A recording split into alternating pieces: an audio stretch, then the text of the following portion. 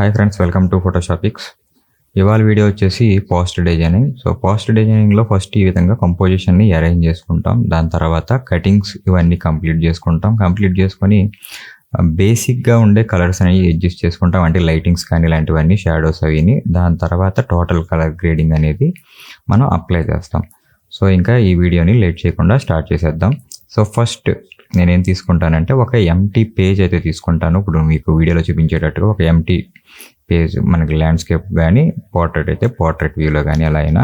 So మన కంపోజిషన్కి తగ్గట్టు తీసుకున్న తర్వాత మీరు తీసుకున్న ఏదైతే స్టాక్ ఫుటేజ్ ఉంటుందో ఆ ఇమేజెస్ అన్నిటిని వన్ బై వన్ నేను తీసుకున్న విధంగా అరేంజ్ చేసుకుంటూ వస్తాం అనమాట. అంటే ఏది బ్యాక్గ్రౌండ్ కింద ఉండాలి, ఏది ఫోర్గ్రౌండ్లో ఉండాలి అనేది నేను ఎలా అయితే అరేంజ్ చేస్తున్నానో అదే విధంగా అరేంజ్ చేసుకోవాలి.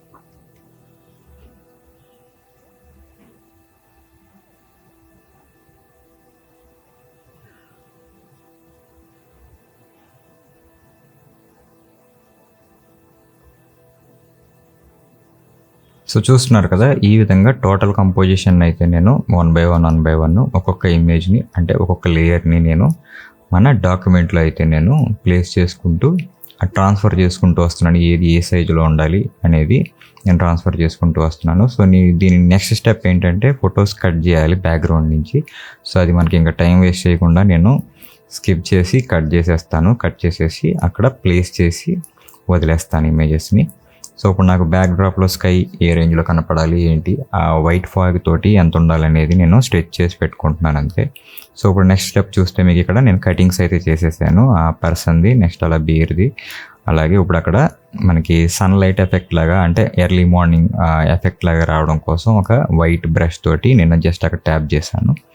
సో అక్కడ మళ్ళీ న్యూ లేయర్ కింద ఒక సాలిడ్ అయితే తీసుకొని నేను కలర్ తెచ్చుకోవాలి. ఆ బ్యాక్ సైడ్ ఏదైతే ఉందో అది వైట్ కాకుండా ఒక బ్లూ షేడ్ రావాలి. అందుకని చెప్పి దాన్ని నేను మల్టిప్లై మోడ్లో పెట్టి ఆ విధంగా బ్లూ అయితే తీసుకున్నాను అనమాట. దానిపైన వైట్ బ్రష్ ఏదైతే ఉందో ఆ బ్రష్ తోటి ఒక ట్యాప్ చేసి ఒక లేయర్ని అయితే క్రియేట్ చేసుకున్నాను.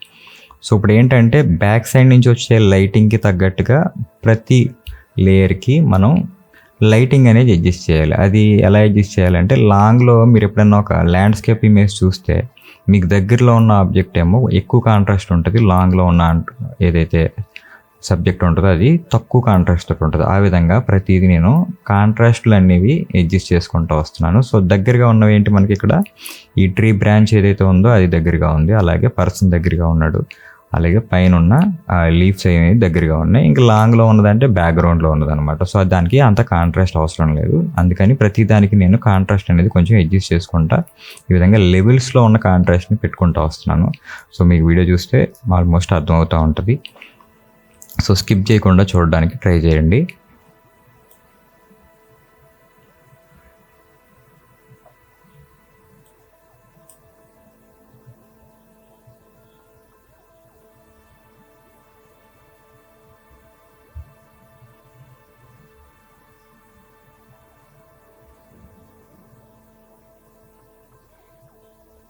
సో ఇప్పుడు చూస్తే మీకు అన్ని ఇమేజెస్కి నేను కాంట్రాస్ట్ అనేది అడ్జస్ట్ చేశాను. చూస్తే కొంత డెప్త్ అనేది మనకి క్రియేట్ అయిన ఫీల్ అయితే కలుగుతుంది కదా. అంటే ఫోర్గ్రౌండ్లో ఉన్న ఆబ్జెక్టులన్నీ కొంచెం డెప్త్ తోటి, బ్యాక్గ్రౌండ్లో అంటే లాంగ్ డిస్టెన్స్లో ఉన్న ట్రీస్ ఇవన్నీ కూడా అంత కాంట్రాస్ట్ లేకుండా ఉన్నాయి. అయితే ఇప్పుడు మనం ఏం చేయాలి, బ్యాక్ సైడ్ నుంచి లైటింగ్ వస్తుంది కాబట్టి ఆటోమేటిక్గా మనకి యువతల పక్క కనపడే ఇమేజ్ అంత లైటింగ్ ఉండదు. అవతల పక్క హైలైట్స్ ఉంటాయి, యువతల పక్క షాడోస్ ఉంటాయి. సో దానికి తగ్గట్టుగా నేను అండర్ ఎక్స్పోజ్ చేసి ఏదైతే హైలైట్స్ ఎటువైపు కనపడాలో అటువైపు బ్రష్ చేసుకుంటూ వస్తున్నాను అనమాట.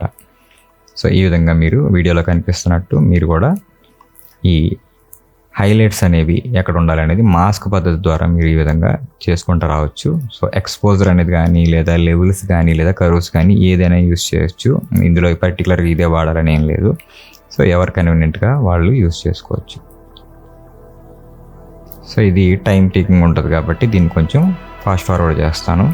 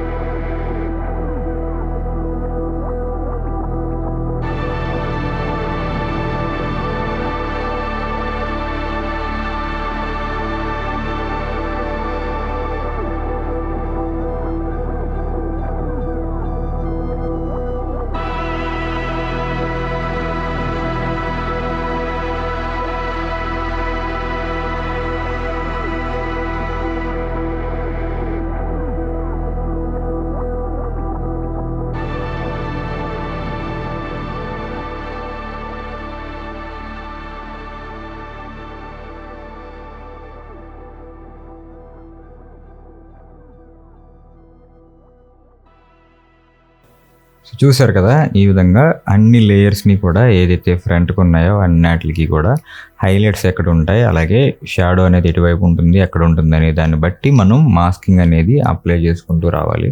సో అప్లై చేసుకుంటూ వచ్చిన తర్వాత మీకు ఇక్కడ బ్యాక్గ్రౌండ్ ఎంత డెప్త్ తోటి ఉండాలి అనేది కూడా మనం చూసుకోవాలి. అంటే ఫోర్గ్రౌండ్ మనకు ఆల్రెడీ షార్ప్గా ఉంటుంది. సో మనం ఫోటో కెమెరాతో తీసినా కూడా ఎలా ఉంటుందంటే బ్యాక్గ్రౌండ్ మనకు కొంత బ్లర్ ఎఫెక్ట్ అయితే ఉంటుంది కదా. సో దానికోసమే నేను ఫీల్డ్ బ్లర్ అయితే తీసుకున్నాను బ్యాక్గ్రౌండ్లో ఉన్న ఆ స్కై అండ్ ట్రీస్ ఏదైతే ఉందో ఆ లేయర్కి. సో అది అప్లై చేసిన తర్వాత మనం ఈ టోటల్గా పైన ఒక ఎంటీ లేయర్ అయితే తీసుకొని నేను అన్ని లేయర్స్ని అన్నట్లుగానే టాప్లో అనమాట. సో టాప్లో మనం గ్రేడియంట్ అనేది తీసుకుంటున్నాను. అది కూడా transparent come single solid colour ఉండేది, అంటే ఒకటే సాలిడ్ ఉంటుంది అనమాట. సో దాంతో ఏమవుద్దంటే ఇలాగ మీకు గ్రేడియంట్ పైకి డ్రాగ్ చేస్తే ఇలా మీకు కావాల్సిన బ్లాక్ ఎక్కడైతే అప్లై కావాలో అక్కడే ఉంటుంది, మిగిలింది యాజ్ ఇట్ ఈస్ ట్రాన్స్పరెంట్గా ఉంటుంది. సో దాంతో ఏంటంటే కింద నుంచి పైకి స్వైప్ చేసా. సో అది డౌన్లో మీకు ఒక విన్యాట్ ఎఫెక్ట్ లాగా అయితే క్రియేట్ అయింది. అలాగే ఇప్పుడు నాకు సన్ ఫ్లేర్ ఎఫెక్ట్ లాగా కావాలని చెప్పేసి ఒక వైట్ లైన్ తోటి నేను జస్ట్ అలా డ్రా చేస్తున్నాను గ్రేడియంట్ తోటి, మీరు చూసినట్టయితే అర్థమవుతుంది. సో దీన్ని ఎక్కడ కావాలో అక్కడ ప్లేస్ చేసి రిమైనింగ్ పార్ట్ ఏదైతే వద్దనుకుంటున్నానో అది నేను మాస్క్ అప్లై చేసి ఆ మాస్క్తో నీట్గా నేను బ్రష్ చేసేస్తాను అనమాట అవసరం లేని చోట.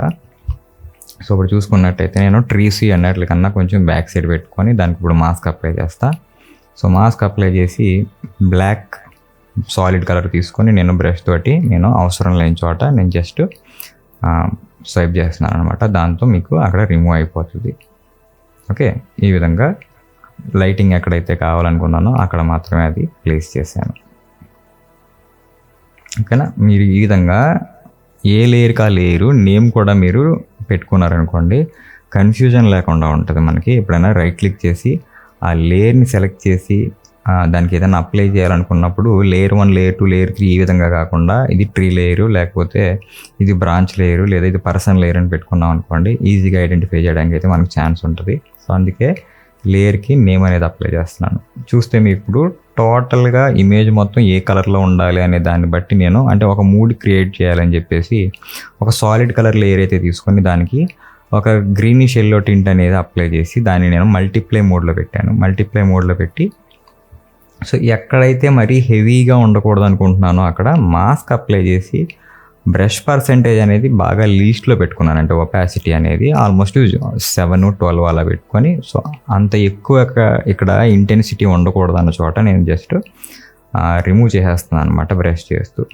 ఓకేనా, ఇది కంప్లీట్ అయిన తర్వాత నేను ఏం చేస్తానంటే మెర్జ్ చేస్తాను. అంటే టోటల్ లేయర్స్ అన్నిటిని ఒక సింగిల్ లేయర్ కింద మెర్జ్ చేసి ఇప్పుడు దీనికి నేను కెమెరాలోకి వచ్చి సమ్ అడ్జస్ట్మెంట్స్ మన టేస్ట్కి తగ్గట్టు ఇది యాజ్ ఇట్ ఈజ్ ఎలాగే తీయాలని ఉండదు. సో ఇక్కడ హైలైట్స్ ఎక్కువ ఉండాలా, షాడోస్ ఎక్కువ ఉండాలా, లేకపోతే మనం ఇంకా పంచీనెస్ కోసం ఎక్స్పోజర్ ఏదన్నా రేస్ చేయాలా, ఇవన్నీ కూడా మన టేస్ట్కి తగ్గట్టు ఎలా అయినా మోడిఫై చేయొచ్చు. కలర్స్ కూడా అంతే, ఇక్కడ కలర్ గ్రేడ్ చేస్తున్నా లేదా డీటెయిల్స్ని ఇంకా ఎన్హాన్స్ చేసుకున్నా ఇది మన టేస్ట్కి తగ్గట్టు అయితే చేసుకోవచ్చు. సో ఇది ఇవాల్టి వీడియో. సో ఈ వీడియో కనుక మీకు నచ్చితే ఖచ్చితంగా లైక్ చేయండి, అలాగే సబ్స్క్రైబ్ చేసుకోవాలని ఉంటే సబ్స్క్రైబ్ అయితే చేసుకోండి. Thank you for watching. So remaining video ఇంకా ప్లే అవుతుంది, సో చూడండి. సో ఈ వీడియో మీకు యూస్ఫుల్గానే ఉందనుకుంటున్నాను. Thank you for watching.